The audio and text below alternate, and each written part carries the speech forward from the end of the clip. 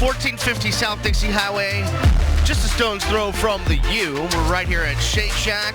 It's where we do the show every Monday night, although next week we'll be on Thursday night, and we're going to have a very special guest in the house. I met somebody that Chris Clute may have come across in his time at the U.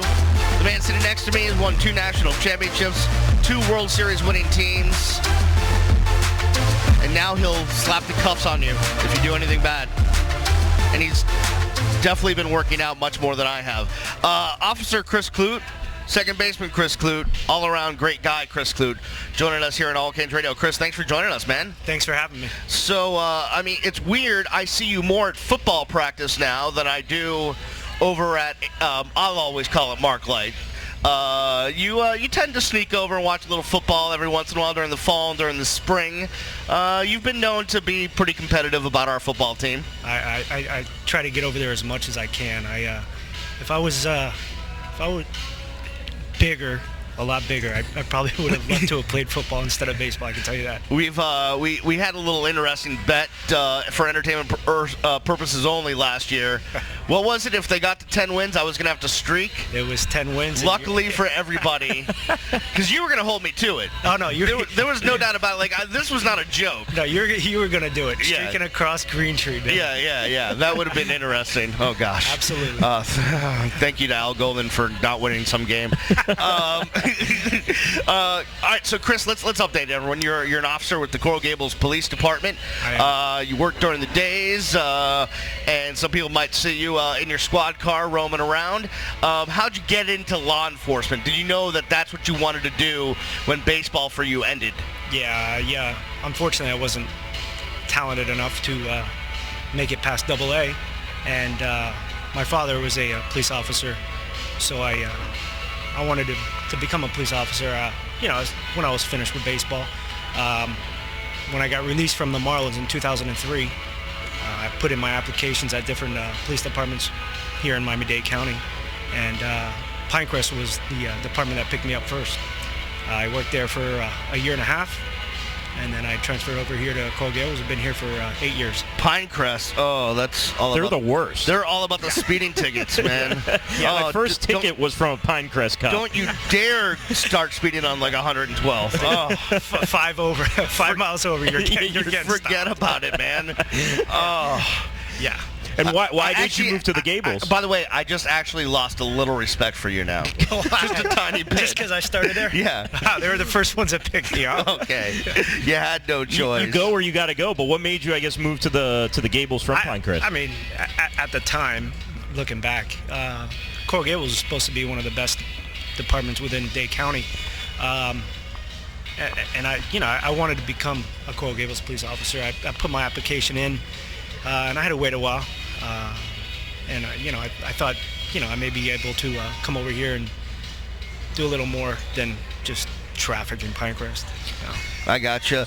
So you got to Coral Gables, and now you're around the campus that you thrived on, for those 4 years. I am. And it kind of keeps you in the hood, keeps you connected. It does. I love going over there. I love going to the football practices and talking to the guys and over obviously to the baseball field and hanging out with the guys. And they always talk to me and ask me questions, not only about when I was there at baseball, but the streets and police work and stuff like that. And I'm always truthful with them and give them the honest opinion. There's a lot of guys that make that transition from athletics to law enforcement. Your buddy Mo Sykes, who you see once in a while because he works the graveyard shift and you work the cush like midday gig.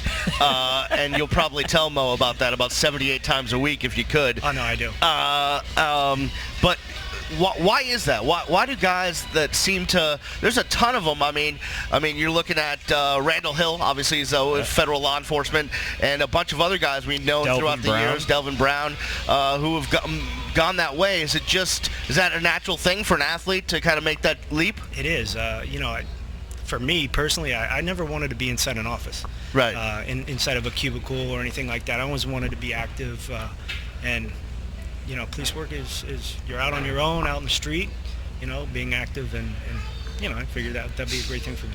As far as the community goes, I mean, just dealing with Coral Gables, I mean, regardless of the inner workings of the Coral Gables Police Department and all that stuff, I mean, you got a pretty nice spot to work every day. I do. I mean, it's not like the city of Miami or Hialeah or anything like that as far as crime, but we do actually have our stuff every once in a while. As a matter of fact, about a year ago, I had to actually scamper after a subject that had just murdered 2 people. Wow. Yeah, and actually I caught him probably 2 minutes after he had just killed the person. Wow. 2 people. Unbelievable. On foot you caught him? Yeah, actually, I did. Up on 8th Street, he had just murdered 2 people. Pretty gruesome. And actually, I saw him walking out of the building literally 2 minutes after he had done it. I told him to stop, and he kept running. And so I had to put my running shoes on and go after him. Lasted about 60 yards. You caught him? I caught him easily. So you haven't lost your speed? No, I haven't lost my speed or my strength. We put you on the base pass right now. Can you still steal bases? Can you steal a base? Absolutely. I might be able to steal more than half the team. Oh, gosh. Here we go. Cocky Chris Clute. Nah. Well, when we see you, Chris, at baseball games, you're in uniform a lot of the time. Are you actually working, and is that something that you applied to work the baseball games? Details, yeah, if you will. It is. It's an off-duty detail. I pick up about five games a year. Try to pick up the games that are going to be FSU weekend. Yeah. But yeah, it is an extra duty. So. Do you ever try to purposely maybe kick a couple Seminole fans out of the park if they get you know what, unwrestling? If I could, I would. I definitely would.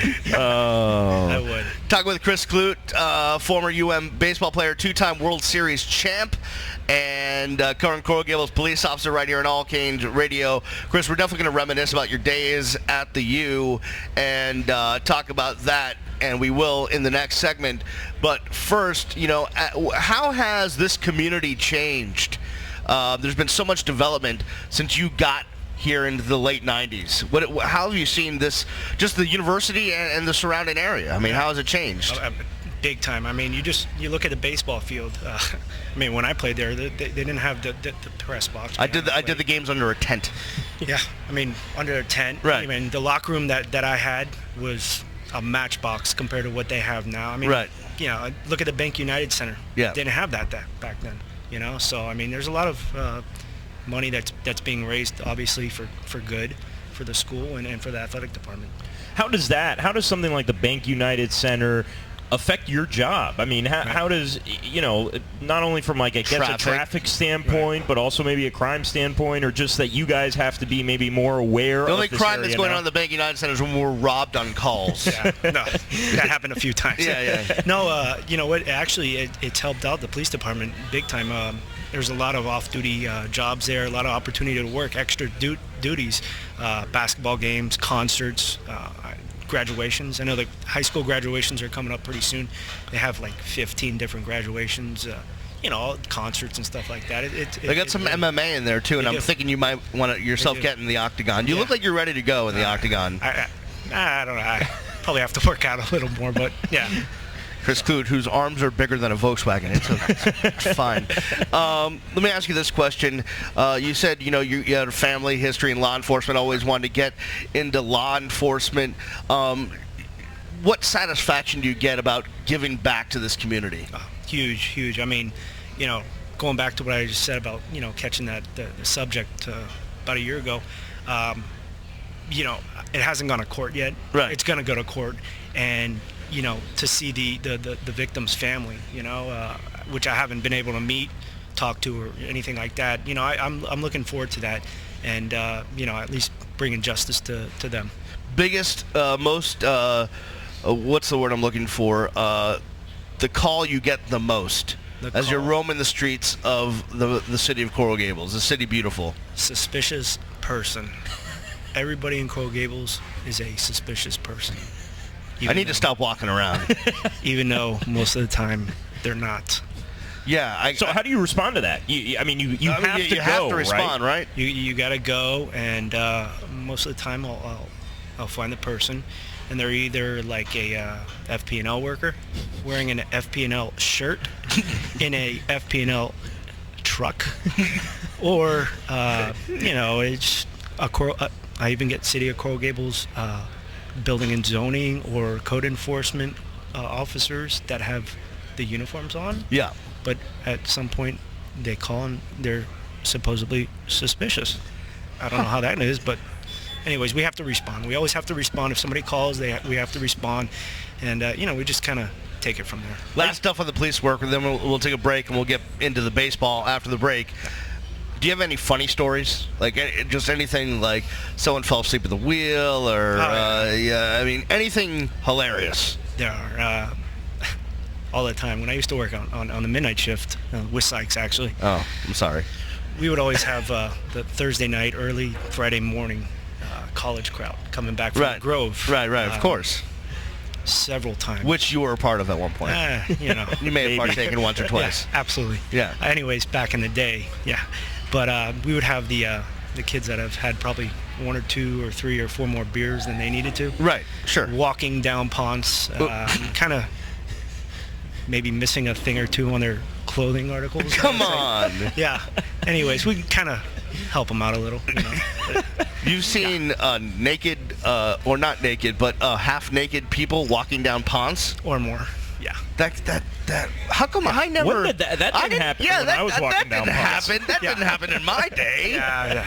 I kept my clothes on when I was wandering down Ponce. Thank God for that. It definitely happened, but I got to keep it a little clean with my wife first. Gotcha. You have a beautiful family, by the way, which is a whole nother aspect of things. Thanks. How's fatherhood changed you? It's tough, but it's rewarding. I mean, I have a 11-year-old and then the 18-month-old there. The 11-year-old is very athletic, kind of unlike me. He's very good. Oh, don't sell yourself short. No. He can play ball. He can play ball. He plays basketball. Is he going to baseball, or? Yeah, he plays baseball. He plays basketball, and he's playing ice hockey right now. What type of sports dad are you? I mean, are you pushing him that way? Are you a little overzealous? Or you're like, listen, I did it. I don't want to put the pressure on him. No. The only thing that I tell him and I ask of him is that he plays hard. Right. He runs on the field hard. He runs off the field hard, and he he plays hard just like I did. If he strikes out, he strikes out, which I did plenty of times. But I just play hard, play the game right. And that's all I ask. Is he an infielder? He is. He was an infielder. Oh, you gotta like that. And a catcher. Yeah. Oh, you gotta like that. You need to like fly Love down to get some lessons. I talked to him on the phone.